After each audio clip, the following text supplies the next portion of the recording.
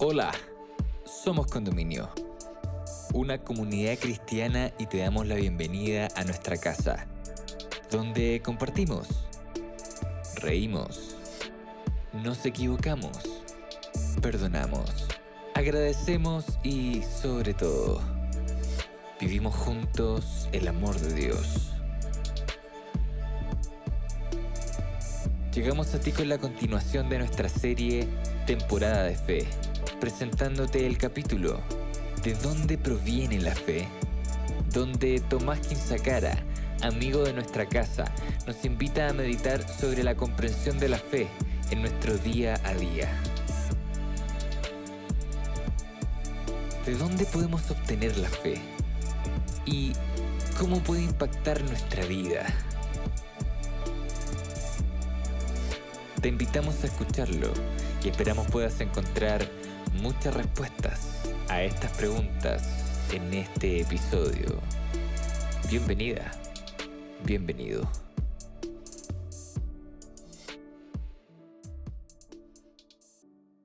Hola a todos, sean muy bienvenidos a este espacio donde reflexionamos un poco respecto a distintos aspectos que están en nuestras vidas y están en la palabra de Dios. Hoy debo admitir que fue un tema un poco diferente de hacer. He estado aquí con ustedes en estos momentos especiales varias veces y la forma en que se me entregó este tema fue un poco diferente. Al momento de hablar conmigo, la persona encargada me dijo: responde la siguiente pregunta. Por ende, el trabajo que tuve que hacer no fue armar un tema entero como otras veces, donde me pongo a estudiar de un personaje o me pongo a armar. Esta vez fue un formato más directo de escritura, por así decirlo, de trabajo. La pregunta era: ¿cuál es el origen de la fe? Durante todos estos meses hacia atrás hemos estado en una serie sobre la fe, donde hemos visto muchas cosas importantes sobre esta. Pero al momento de hablar del origen de la fe, se generan muchos caminos divergentes, muchos caminos abiertos, diferentes, desde el punto en que tocar esta pregunta. Es una pregunta muy abierta, sí. Primeramente pensando en que fe también es un concepto muy abstracto y abierto. La semana pasada estuvimos hablando un poco de que la fe era la confianza en lo que no se ve y la certeza de lo que se espera. Es esta acción de pensar en un algo más allá, de algo que yo no puedo ver, que yo no puedo sentir, pero que está ahí. Y como es un algo, y no es algo, no sé si se entiende esta idea de que es algo más tangible, si lo puedo definir, a algo abstracto. Si lo puedo definir, entonces tiene un origen su definición. A eso voy con eso de que es un algo. Es algo tangible. Podemos empezar entonces a rebuscar en su origen, que es lo que vamos a hacer hoy en este tema. Por ende, yo me anoté 3 orígenes relativamente posibles para poder responder esta pregunta. El primero es el origen etiológico, el origen de la palabra, valga la redundancia. Cuando hablamos de la palabra fe y lo buscamos durante todo el transcurso cristiano, todo el transcurso judío hacia atrás, incluso hasta más atrás de la historia que pueda relatar la Biblia, la palabra fe no existe como tal hasta la aparición de Cristo en la Biblia. Por esa razón, hay que entender que la fe tiene un origen etiológico distinto. Esto puede sonar un poco complicado, pero ya van a ver hacia dónde va esta conversación. Si yo hablo de fe, estoy hablando de confianza, de conocimiento y de certeza. La certeza está en su definición, pero el conocimiento y la confianza están en su origen. Al momento de nosotros estudiar regresivamente las escrituras y ver la fe en el pasado, nos damos cuenta de que tenía un origen netamente basado en la confianza en Dios, el conocimiento de quién es Dios y la certeza de que Él iba a actuar sobre nosotros. Estos, en un momento dado, a través de la magia del lenguaje, terminan convergiendo estos términos en la palabra fe, una palabra súper corta de 2 letras que tiene un origen griego. Antes de eso, como decía, estas palabras de atrás fueron las que entregaron las mismas herramientas de solamente una palabra a todo un pueblo. Ejemplos hay varios. Por ejemplo, en Proverbios la palabra confianza se repite varias veces refiriéndose a lo que tenemos que hacer para con Dios. Confiad en Dios y no en tu propia prudencia. Por ejemplo, esto es un reflejo del primer paso de la fe, confiar. Confiar en algo que no sabemos mucho, pero que tenemos que tenerlo claro. Pero el segundo paso de la fe viene un paso más racional, que es el conocimiento que decía yo.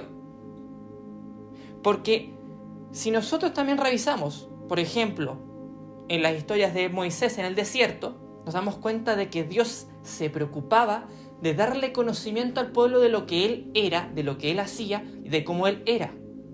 Este segundo paso, más racional, llevaba a la fe desde otro camino y terminaba haciendo que el pueblo confiara en Dios. Hay una confianza ciega y una confianza desde el conocimiento. Y por último está la certeza. Y esta certeza es la que más se vive en los héroes bíblicos, de los cuales vamos a hablar un poquito más adelante. Esta certeza es el momento en cual tanto la parte racional de la fe como la parte ciega, por así decirlo, de la fe, que es la confianza y la certeza, cuando estas dos se unen, se genera la certeza. Esa idea de que tengo los pies firmes en algo que no me va a derrumbar, que no me va a soltar. El mejor ejemplo de toda esta parte de la certeza vendría en la historia de Pedro con Jesús, que aunque sea en el Nuevo Testamento, le da un poco de ejemplo a esta idea. Pedro tuvo que tener confianza para dar los primeros pasos y certeza y conocimiento de que Cristo era milagroso porque Cristo estaba en el agua. Recordemos esta historia, si alguien quiere buscarla más adelante se encuentra en los evangelios cuando Pedro camina sobre el agua.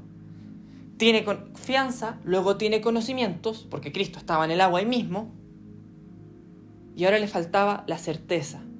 Comienza a caminar y de repente la certeza flaquea porque los dos pasos anteriores se pierden. Desconoce si él puede y pierde la confianza en que el que está ahí adelante lo va a estar cuidando. Mira hacia el lado y cae el agua. Esa sensación de suelo firme que tenía Pedro cuando estaba caminando sobre el agua, en el momento en que había una tormenta alrededor, en que los apóstoles estaban asustados y Cristo estaba en el agua, parecía un fantasma, esa certeza que tenía se desvaneció. Por esa razón, el origen etiológico sería ese.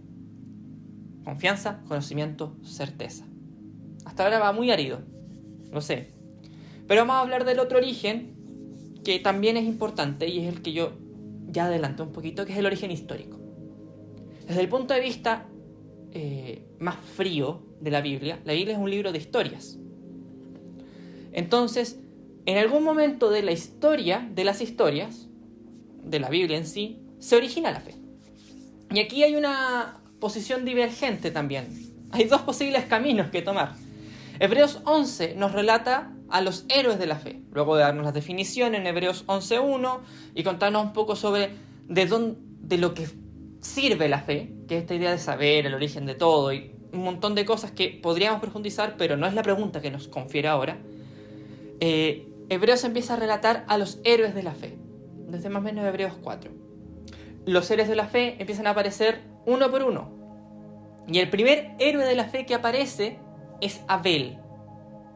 Pero, al momento de estudiar a los héroes de la Biblia, el que recibe el nombre del padre de la fe es Abraham. Y ustedes me dirán, ya, entonces, ¿cuál de los dos? Decídete uno. O Abel o Abraham. Y la verdad es que uno no se podría decidir por uno, porque ambos cumplen un rol fundamental en el origen de la fe. En el caso de Abraham, está la idea de una fe que no tiene un origen, por así decirlo, más seguro, más firme. En el caso de Abel, hay algo que es básicamente genealógico, que viene directamente del padre de Abraham a entregarle la batuta. Digo, el padre de Abraham, el padre de Abel a entregarle la batuta.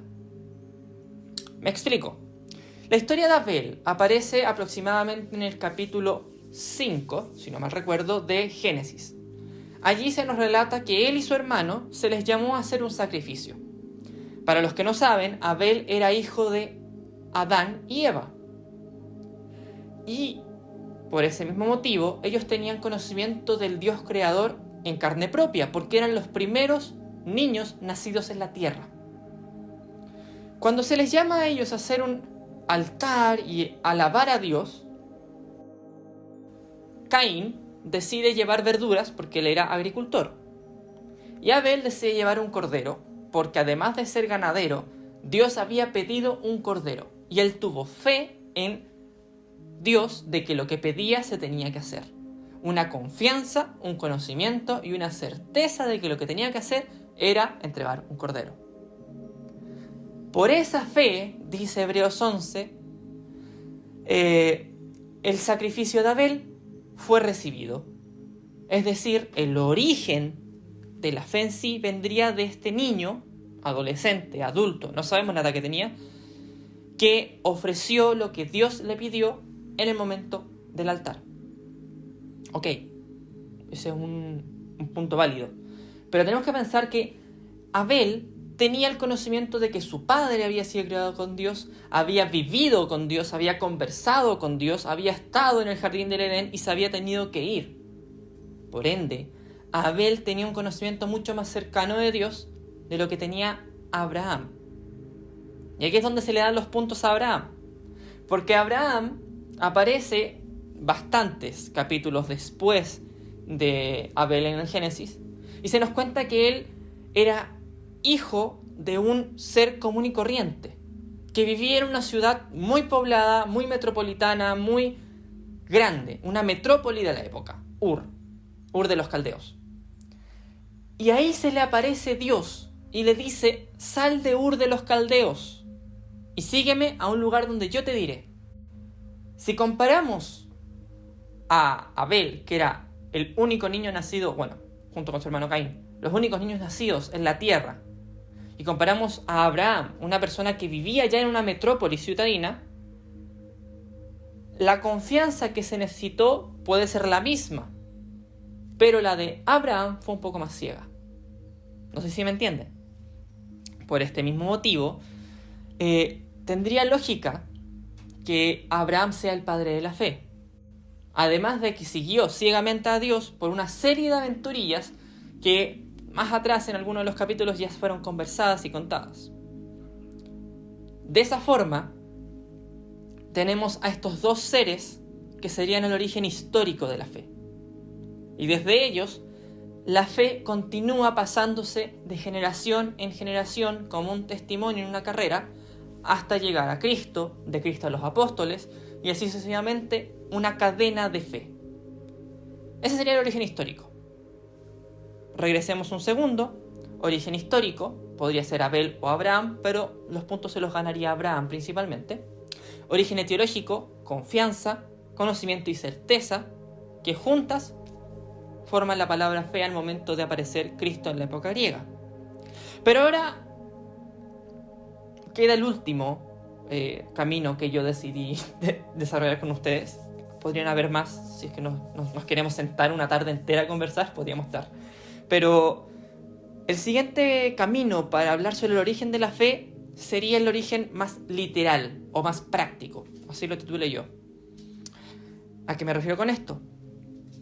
La fe en nuestra vida tiene un origen un poco más vivencial, un poco más tangible de lo que es esta parte árida de la historia y esta parte más fría del conocimiento teológico. Es decir, la fe en nuestra vida es experimental, no teórica. Y esto es algo que a muchas personas les cuesta entender, en especial a los que somos más nerd, más científicos, más físicos, y necesitamos tocar las cosas para entenderlas o experimentar con modelos científicos de muchas índoles para poder decir, esto es verdad. Por ende, cuando llegamos al momento práctico de la fe, nos enfrentamos a 3 posibles orígenes de cómo conseguir fe. Ojo ahí, conseguir fe. Al final, guarden ese ojo ahí, porque al final vamos a excavar en eso de conseguir fe, que no es el origen de la fe. El primer método de conseguir fe sería de la ley y el testimonio. En Isaías 8:20, un poco de contexto, es un momento donde Isaías está diciéndole al pueblo: dejen de andar confiando en extraños, en extravagantes, y confíen en Dios. Y cuando está hablando de esta confianza, está hablando de fe. Recordemos que la palabra fe, si bien no está, se referencia a través de las palabras confianza, conocimiento, certeza.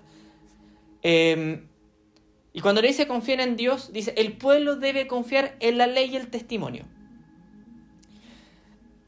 Desde un punto de vista práctico, la ley para nosotros en la actualidad es la Biblia.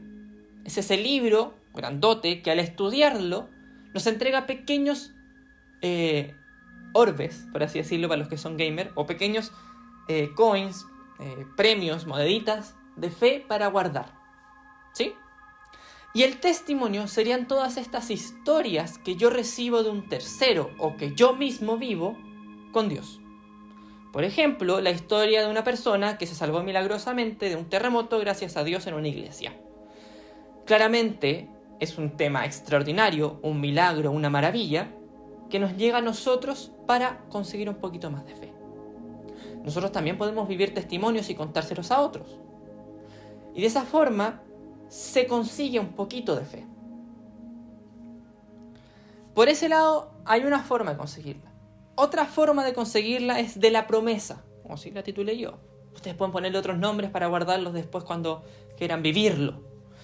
De la promesa me refiero un poco a esta idea de que hay en la Biblia una serie de, por así decirlo, mini contratos que Dios hace con su pueblo. Probad y ved. Para los que conocen, habrán cachado la referencia. Dios tiene una serie de momentos en la Biblia que te dice, por ejemplo, yo soy tu Dios. No temas ni desmayes, porque yo estaré contigo donde quiera que vayas.